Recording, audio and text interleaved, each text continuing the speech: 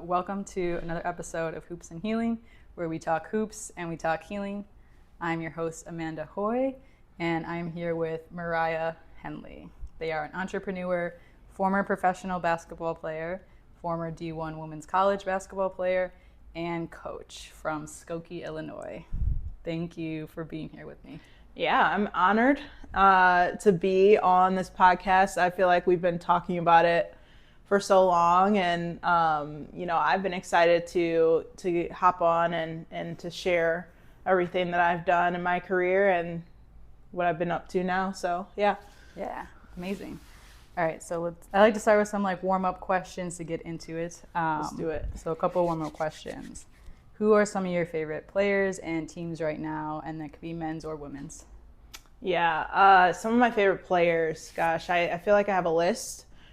Just being a Division I college coach, I tend to think about players and their skill sets more often. So I would have to go with, this might be controversial, but Alyssa Thomas is one of up there on my list. Why is that controversial? Just because I feel like she's probably not usually who people would choose. Okay, but from a coach's perspective. From a coach's perspective, listen, I think you could build a team around her, especially, where she's been with triple doubles and, the playoffs and her leadership. But yeah, Paige Beckers, that's my girl right now. I'm so excited for her being in the league. I got a chance to watch her when she was 12 years old. And so that was, really? Yeah, recruiting as a coach and, seeing her at that level, she was so freaking good. And seeing her now and how she's elevated her game, it's just even more special. So, okay, yeah. So you got to see her when she was in middle school? Her and Caitlin Clark, yeah. Okay. It was crazy seeing that type of talent at that age. Yeah, I guess because they're both from around the Midwest. Yep. We're based in Chicago, so that makes a lot of sense. That's really cool. I didn't know that.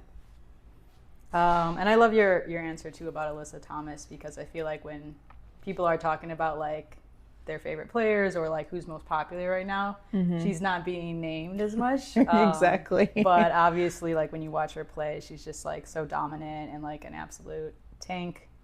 And I guess if I was being asked who would you never want to have to play against, she would be up there. Yeah, she I think you and I would sit that one out. Yeah, and it's crazy because obviously I was a point guard, I'm a little bit smaller, Yeah. You're a post player, but she would take both of us out. Yeah, and I might be a little biased too with the post player attributes, but no, I think she's a phenomenal player. Because is she technically a guard or is she a She's forward? kind of that mix of she's a forward, but she definitely can, I would say a Draymond Green type of caliber who can move across the perimeter. The offense can still flow through her, so not the Draymond Green. I know. I mean, her and Angel Reese. Basketball wise, there was that. Yeah, she doesn't do it as frequently as him though. No, thank God.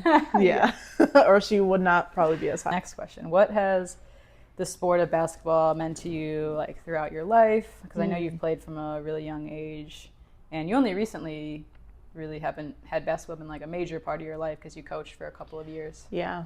Gosh, I want to say, obviously being 31 now, basketball played, I want to say, a significant role of 22 or maybe 18 to 22 years of my life. And so even you playing college and high school and rivalry together. We go back and back AU together, all those things. 2008? I think so. Yeah, 2008. The transition from middle school to high school, I think, is when we met. Yeah, when we met, Amanda was killing sharpshooter over there, just messing. And you were swatting. I don't know what I was doing, but I was doing something. I don't know if it was making shots though, but maybe not threes. No, you. I shot a little bit. I think I was just more happy to be there. Yeah. I was just scared to be there. Yeah. I was everyone's better than me and I'm short. Yeah, right. Yeah, we were thinking the same thing then. Girl, you weren't short though. No, I wasn't short. You're 5'11", right? At that age, I feel like everybody, I was just the same height and everybody was just kind of hitting their growth spurt. So, yeah, shout out to me for staying the same. But no, basketball played a huge role in really everything that I've learned up until this point, and now it's really helped shape my life. I've got to do a ton of fun things. Even I played down in Brazil on the USA team, the Division II team, and I got to do that. I've coached in Italy and other countries, and so basketball has taken me across the world. I've met a ton of people.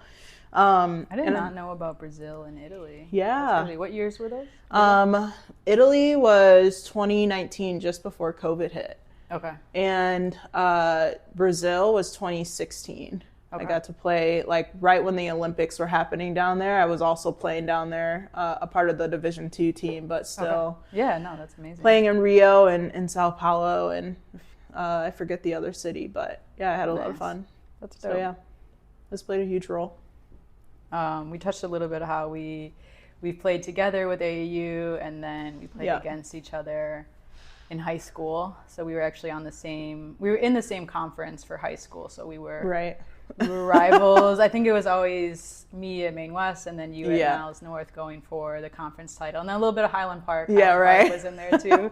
I just remember very fond memories, but also very not so fun memories. Not so fun memories. Whenever we lost, of course. There was a time, obviously, my main goal was always just to win a conference championship, make it down to state, and win state somehow as a 4A school. Obviously, Niles North was nowhere near being the top, 4A school at that time, but we lost to Amanda, and she kicked our ass. Excuse me. It was a close game. No, it was a close game. I will point out, I had a pretty good game. I think I hit like maybe 3 threes in a row. I think you were carrying. I was cooking, and Kip, cooking. who our AAU coach was, and her high school coach. R.I.P. Kip. He called timeout. He was just livid. I think that's probably one of my favorite memories. Sorry. I'm pretty sure you've made a lot of coaches livid. Yeah. Livid during your probably. Your time. Yeah. Especially in our conference, because like you said, our conference wasn't particularly strong. Yeah. We were always the more dominant teams. Yeah, for sure. Yeah. And then playing AAU too, I feel like that was like one of the best times of my life. Yes. It was summer, like you're meeting all these new people from different schools, like you're all hooping and traveling, like. Yes, and you're like learning so many different things about people and your game. And also, I think it was like a time before AAU, like in social media started really like blowing up. And so we really got to lean into our relationships, and I think you and I both left with, obviously we're here today, we've been friends for, since 2008. So almost 20 years. We got to I know, it's crazy. I mean, you already said that as well. I did, I did say that. But we got a chance to actually build meaningful connections. Yeah, that's actually a really good point now. I feel like even with like social media and then people creating new teams, there's like AAU is like a whole different environment for girls and boys too. But I just remember like traveling. The long bus rides were not fun. No. Like 18 hours to like Georgia and 16 hours to Nashville or whatever it was. But yeah, just playing on the court, but then also I just remember like all the kikis we would have in like the hotels and stuff. So that was we had a time. We had a lot of fun. Staying up too late before we had an 8 a.m. game and before we were getting pressed at 8 a.m. by some team. But some crazy team. Had a ton of fun. I love it. Okay, so let's get into more of your experience. You played Division I at Illinois State? Oh, no, I played Division II.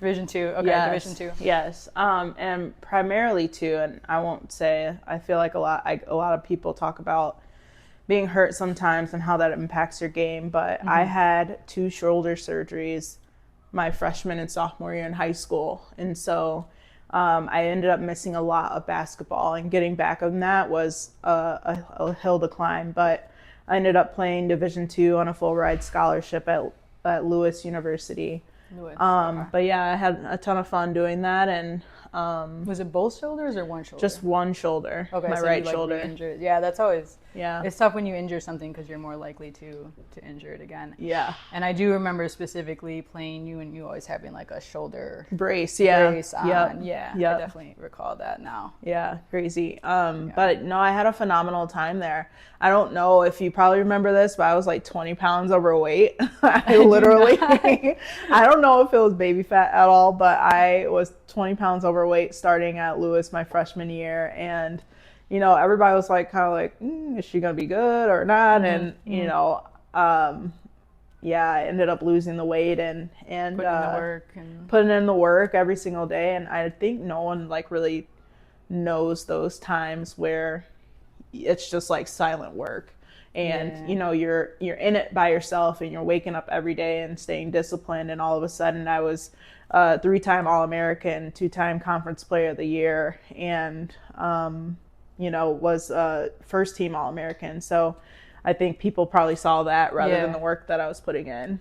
Yeah, I think that's a really interesting point because a lot of people see the wins, but they don't see the work behind the wins. And that's kind of like the hardest part. And I feel like a lot of people will, you know, get tired or stop or quit in those moments, and then they don't see the wins. So like whenever you're able to kind of push through when no one's clapping, is important. Yeah, that's such a good point. When no one's clapping, because like it's quiet and you're just like trying your hardest. It's just you, and then like obviously, of course, it's like you have your circle of friends and family to support you, but it's different when you're getting the accolades and the awards and everything. Yeah, for sure. I mean, hoops and healing. So I think, you know, for me, like the healing part was like seeing, you know, coming off of injury and, you know, working hard and getting those accolades. But the hooping part was like where, you know, I tried to put the rubber meets the road. So yeah. You gotta talk about your style at least too, though. It's dope. Thank you. Yeah, your pants. Definitely. Pants and the shoes. Yeah, it's a vibe. Thank you. I appreciate that. Yeah, I love putting together outfits and stuff. Yeah. I mean, technically, my college degree is in fashion. Is it really? I didn't think I knew that. I got a degree. It's like fashion management and marketing. Oh, that's cool. Yeah. So it's more like a marketing business degree with the concentration in the fashion industry. Yeah. Oh, that's dope. But yeah. So yeah. I love it. I love to incorporate fashion into this brand too, where I can, like talking about what the players are wearing. Yeah. What do you think about that too?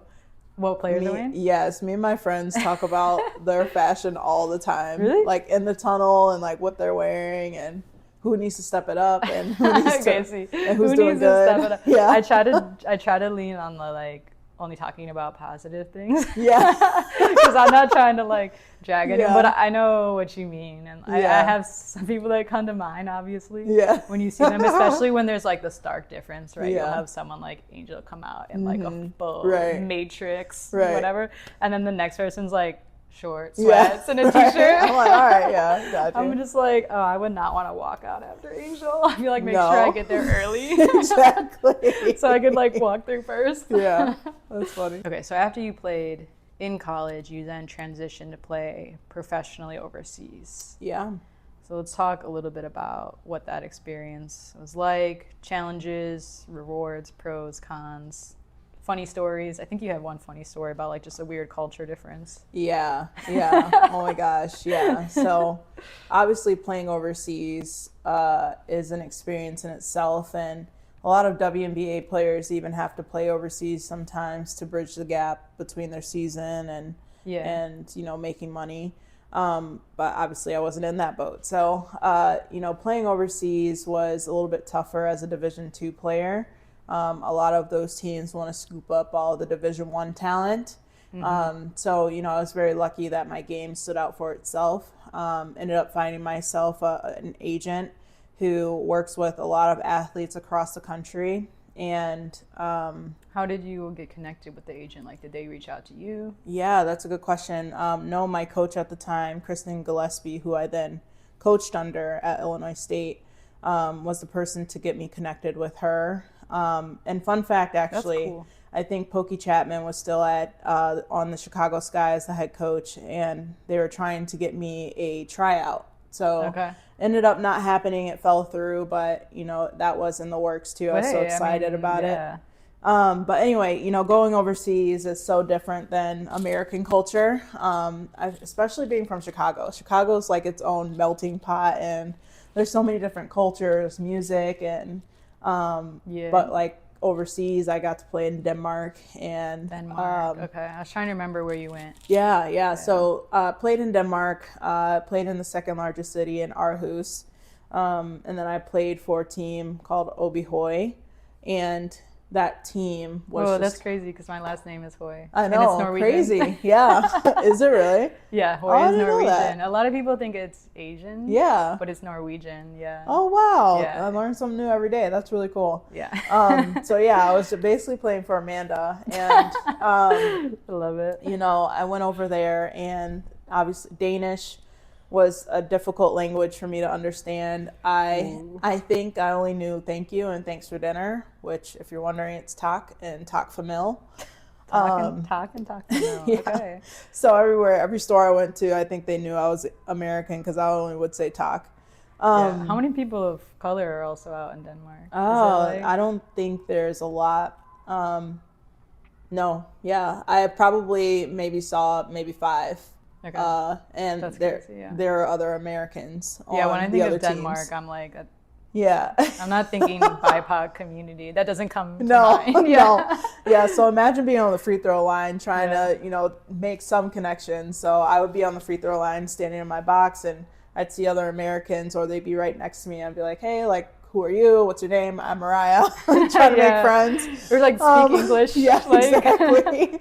Your native But language, yeah, yeah. no, it was a great experience. My team wasn't that good, and that was had nothing to do with the experience at all. Maybe a little bit. I'm coming from winning, and so it was hard not to win. But I think we won like 3 games. So Okay. How long was the season? Season lasted from how many August games? until I want to say May. So I did a lot of losing, which actually brought in my Humbles. character a lot more. To humble you real quick. I Loss was like, after okay, loss. yeah, great. But it was cool because I was playing in the top league in Denmark. I was at one point in time as the top scorer and rebounder. Nice. Ended up being, I think, the second or third scorer and then the top rebounder. And I went through a few injuries with my right shoulder again. But I would say at times it was tough mentally when you're away from your family, you're across the ocean. Denmark is very, like, if you've ever been to London, it's very dark and rainy all the time. Not a lot of sun. Not a lot of sun. Sunny days, Yeah. So you're missing your friends, you're missing your family, you're also 7 hours ahead, and you feel like you're living a different day. And so, there are times where I was like, I was struggling and I wanted to go home. And, my mom, God bless her soul, she told me to stay, and I stuck it out, and I was so happy I did. So it was a great experience. I still have friends over there, and I'm going to go back to see them at some point. But yeah, nice. Great experience. Take me with you. Yeah, of course. I want to go to Amsterdam. Is that pretty close? Pretty close, yes. Okay. I want to say it's probably a throne's throw away. Okay. But it was cool too because you got to, play. I went to Sweden, I played games. I went to Germany, I played a few games, and went to Copenhagen, played a few games. So nice.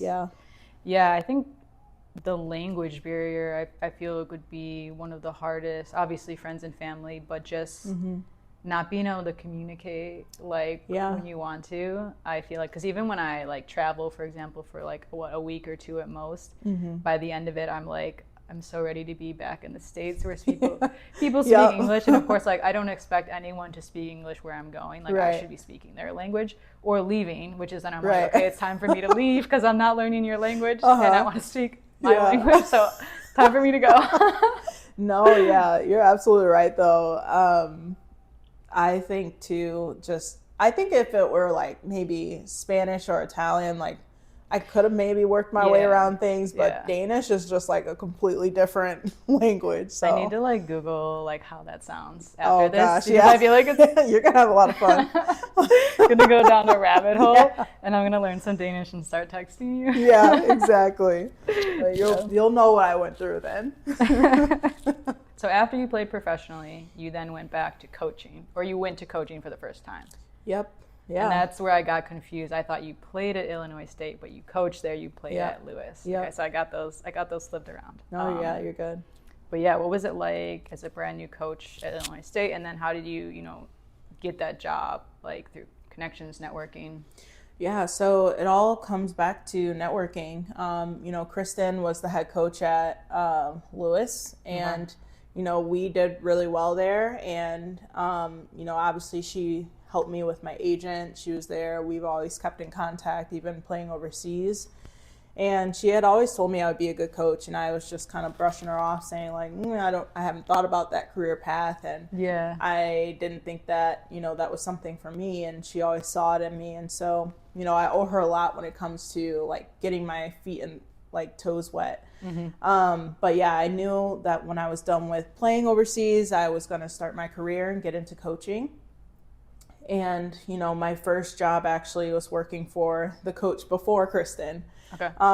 And so I think I was 23 at this time, and it was kind of a crazy exchange happening. That's young. Yeah. Because then you're coaching people only a few years younger than you. Yeah, and that was a challenge itself. So I ended up taking a graduate assistant spot at Northern Illinois, working for their basketball team for Lisa Carlson. And it's funny because Kristen had called me to join their as a full-time coach at 23.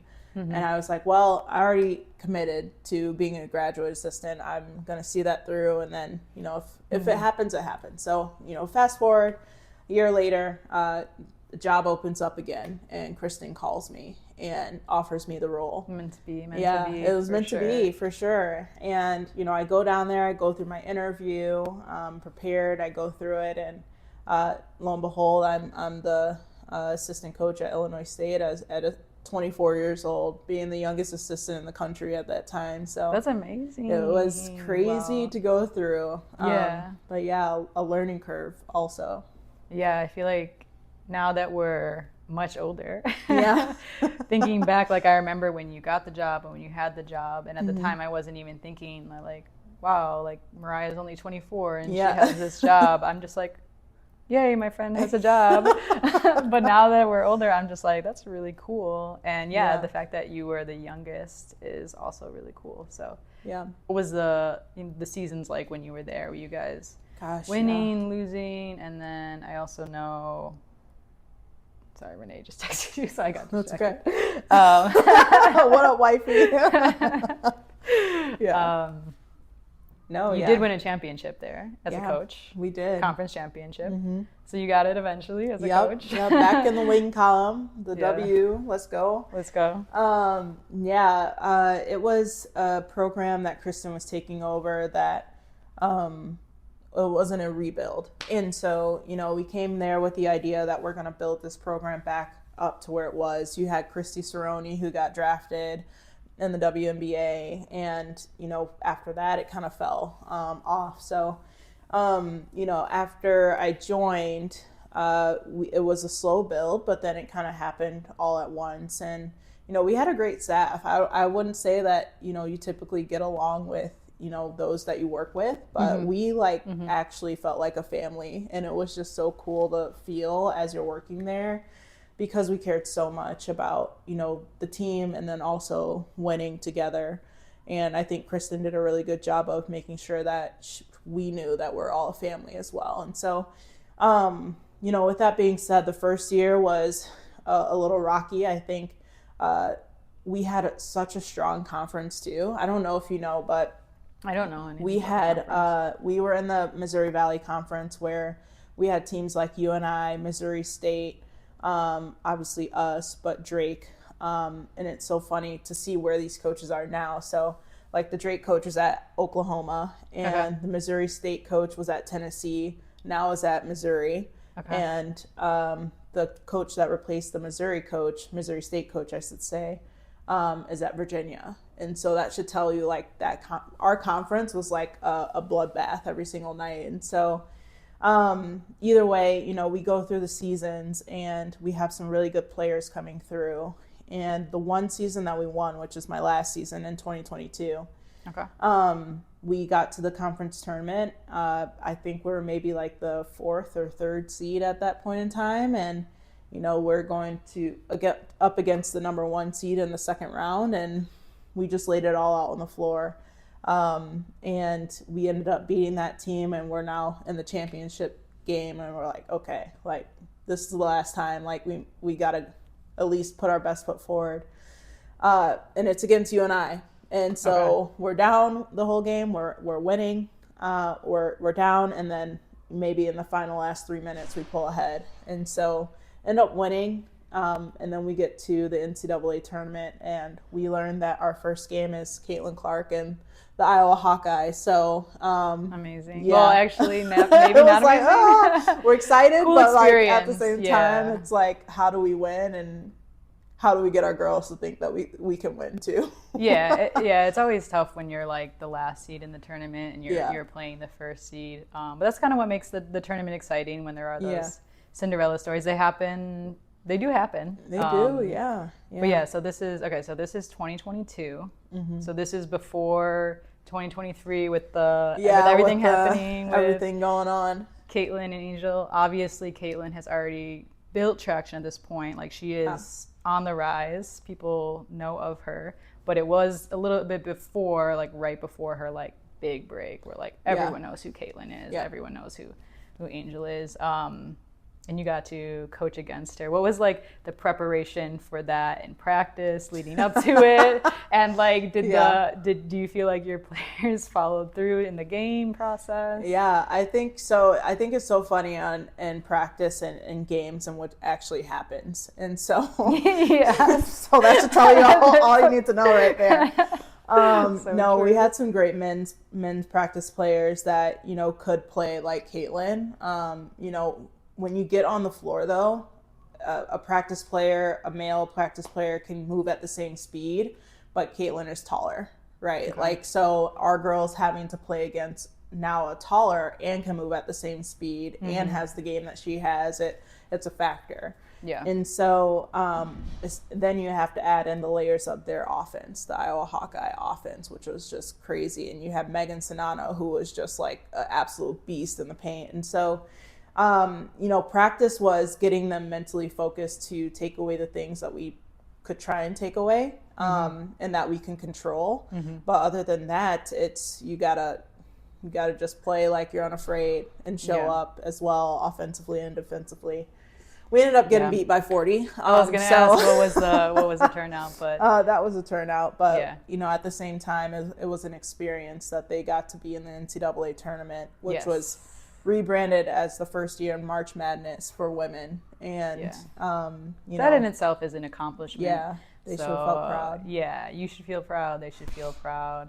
I think a lot of people are like quick to dismiss, like, oh, got beat by 40 points, but it's like, but isn't getting there something to celebrate? Yeah, and I feel like that happens a lot in sports. And every season can't be a winning season. No. And I think when you're an actual athlete, or you're close to the sport as a coach, you understand that. And a lot of outside people do not.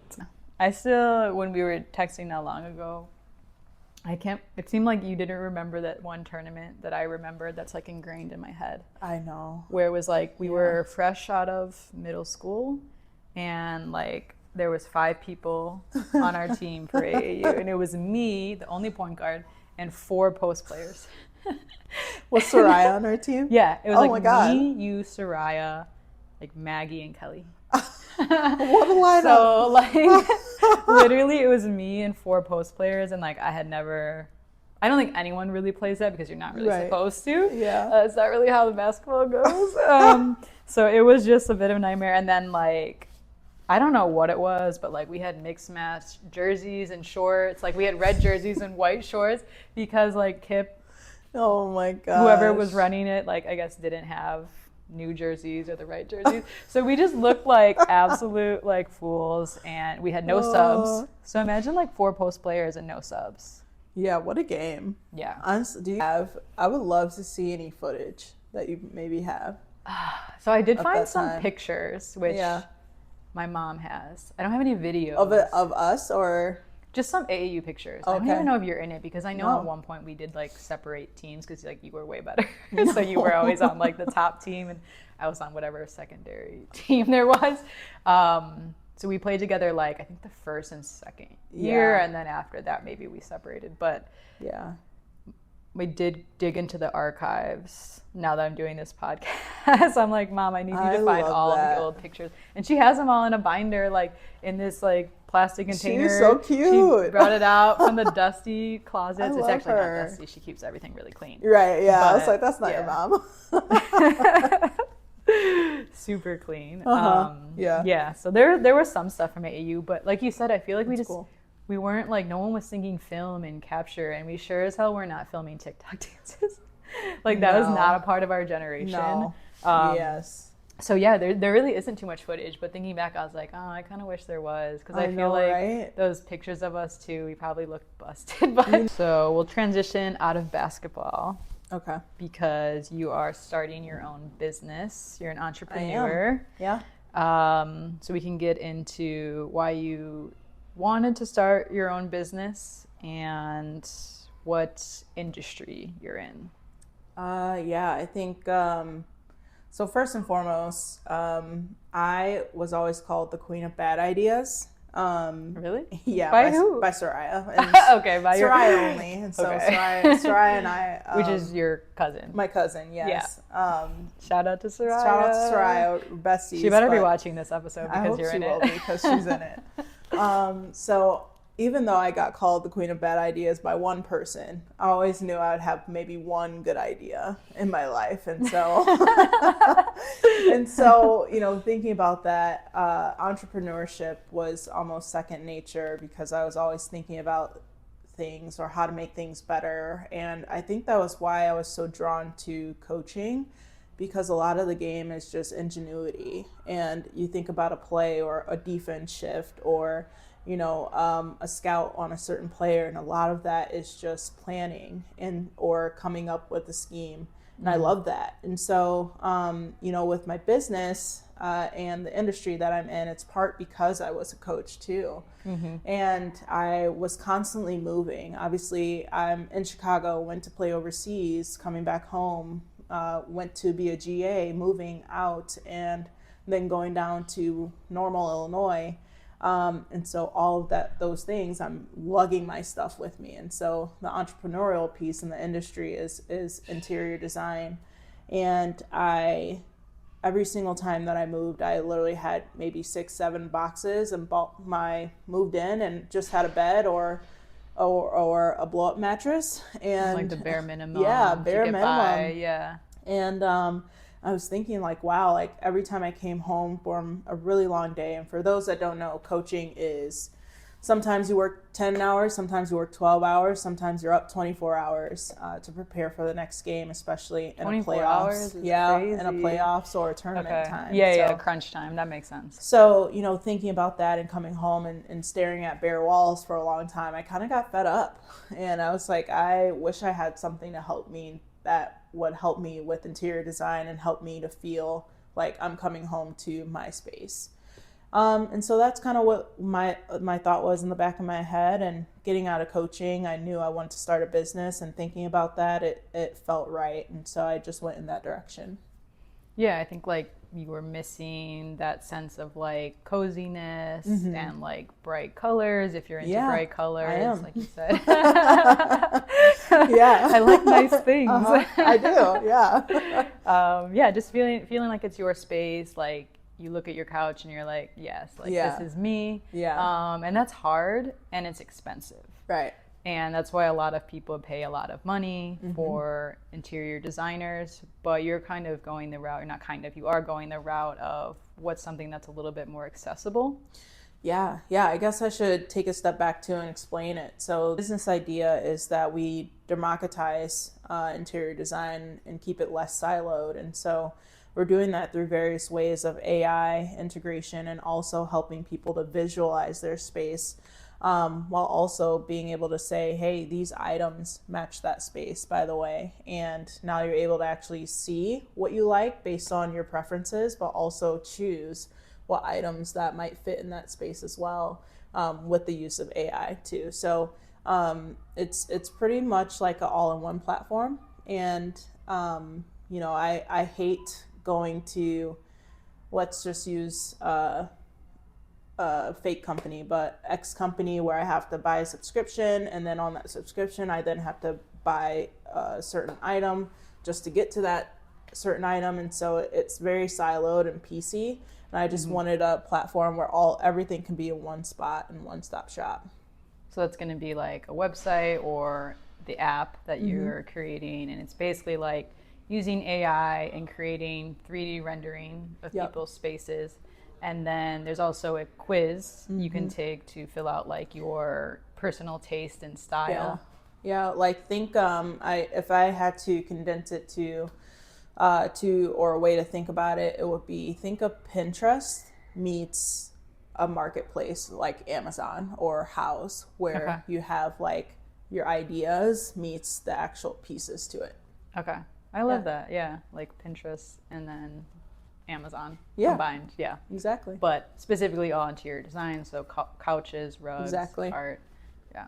I love that. I would definitely utilize that when it's ready. Let's go. I love it. Yeah. I think that's really interesting and like a very fresh take on interior design, because again, I think people are stuck between hiring a really expensive designer or having to do everything themselves. And I feel like a lot of people, especially when you're like maybe young and moving out, or like you said, if you're someone who moves around a lot, it's hard to do, to be like, okay, what size painting do I get, and where should it go, and does this rug actually match? Like, does it blend? Does it like blend in with the floor too much, or does it contrast it? Yeah.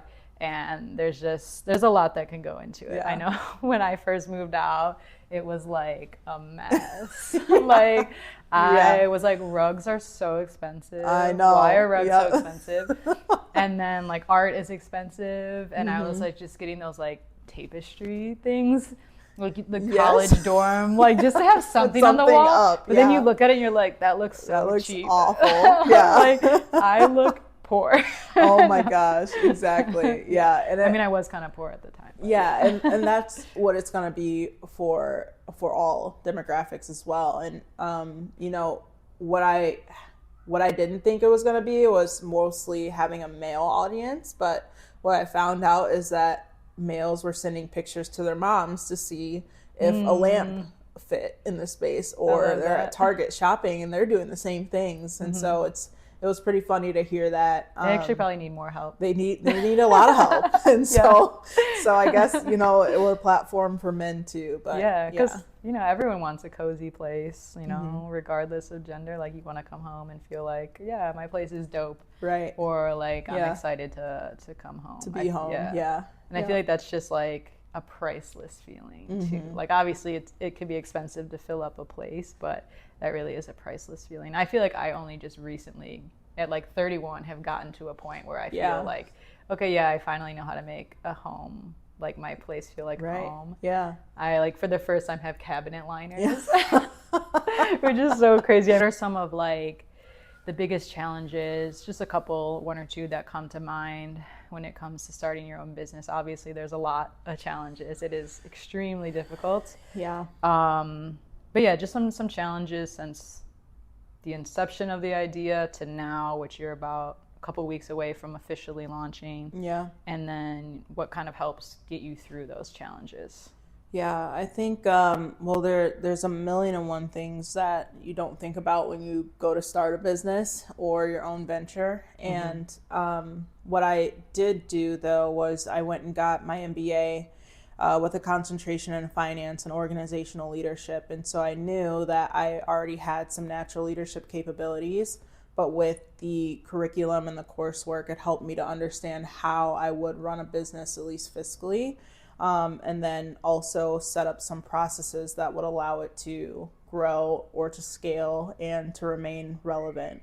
And so thinking about that though, like the biggest challenge I would say is capital, and whether you want to decide whether you want to leverage debt or whether you want to apply to a pitch competition or an accelerator. Those are all things, but you first have to have a product, and that also costs money. And so I think capital is probably the number one thing. Right. But other than that, it's you are the business. And so it's like you don't have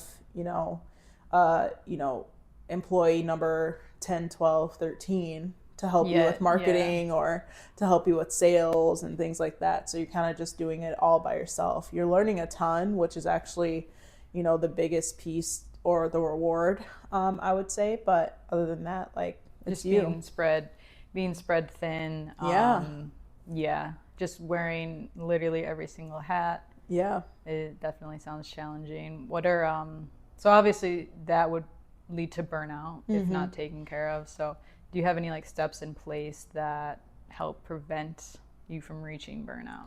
Yeah. You know what? I actually, Shonda Rhimes, who who was so random. Honestly, I promise you I'll tie it together. But like, I follow her and she talks about like how much she procrastinates, and like when she doesn't feel like writing, she doesn't make herself write. And so like she will like stare in her fridge or lay down or like do whatever that she does while procrastinating. But I just found so much like relief in that I don't have to be, meticulously working at something day and night. I can kind of use a principle which has been studied, but it's called if then. So if I don't have time to, do 30 minutes of research on a vendor, then I will do this instead. And so I have used that principle. And I've also used Shonda Rhimes as my guiding star to say, okay, if I'm really not feeling this right now, I'm not going to force myself to make it come. And so once it's there and I feel inspired, and this is not to say that you shouldn't work hard, but like when you're already working so hard, you can't continue to burn at that rate or she'll just completely burn out.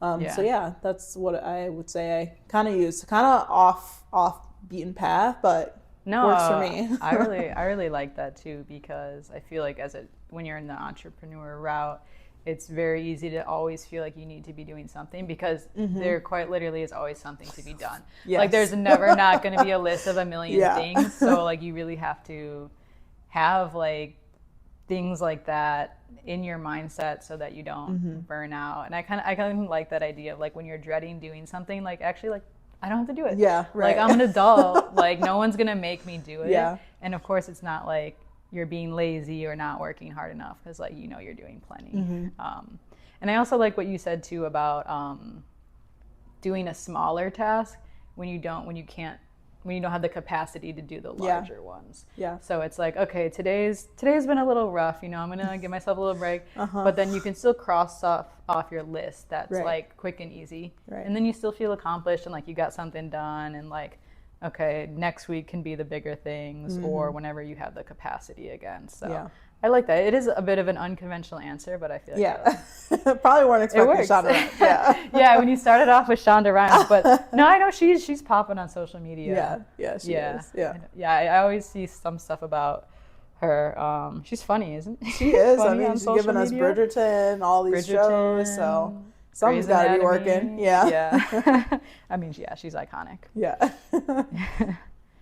Okay, I think that was all the questions I had. Cool. My closer question is, since this is called Hoops and Healing, do you have any healing practices that are present in your life right now that are benefiting you in any way that you'd like to share? Yeah, I do. I think there's two main things. The first one is meditation. I use the meditation app, and I just sit there, even if it's for 10 minutes, to quiet my mind. And the second thing would be journaling. I'm trying to still stay consistent with it, but journaling my thoughts. And what I found helpful is that you write down like, okay, your to-do list, and then you write down like what went well today. And it's fun too, because I'll look back and see in January, it's like, oh, someone said they liked my shoes today, and I really like that. I'm like, oh, I didn't even remember that I wrote that, but I loved that I did. Something small like something that. small like that makes a difference. So yeah. Yeah. Which app do you use for meditation? It's called Insight Timer. Okay. All right. Yeah. I use the Calm app, so I'll have to check that one Calm out. app I've heard is really good too. Yeah. Yeah. Definitely big on meditation. Like 10 minutes doesn't seem like a lot, but there's some days when I do it, like I can really feel the difference. There's other days where I'm like, okay, yeah, I didn't. Yeah. I also just wasn't able to focus that much because I'm thinking about other things. Yes. But then there are the days when it's like it's really clicking and like you can really feel the relief from it, and it's just kind of keeping it consistent. And then journaling is big too, because I do feel like it's so easy to forget things.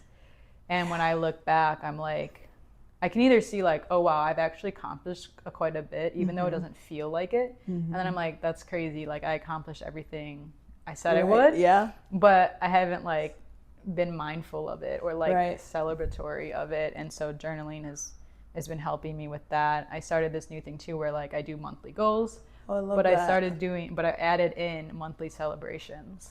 So like when I write my goals for the new month, I also write down like what can I celebrate from the last month. I'm gonna start doing that. Yeah, that's because I was like, whoa, I can't just be writing all these goals and then going like go go go go go. Right.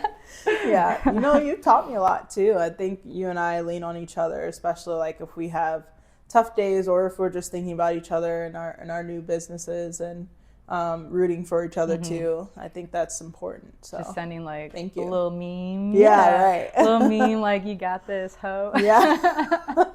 Or like millennial culture. Yeah. No, I really appreciate you, and thank you so much for doing this. I appreciate it. Yeah. Happy to be here. I'm going to put all of my socials for the podcast and my personal accounts, as well as Mariyah's for her personal accounts and her business. If you'd like to follow us, I'll put all the links in the descriptions. And see you next time on Hoops and Healing. And whatever you're working on, you got this. Thank you. I love you. Thank you.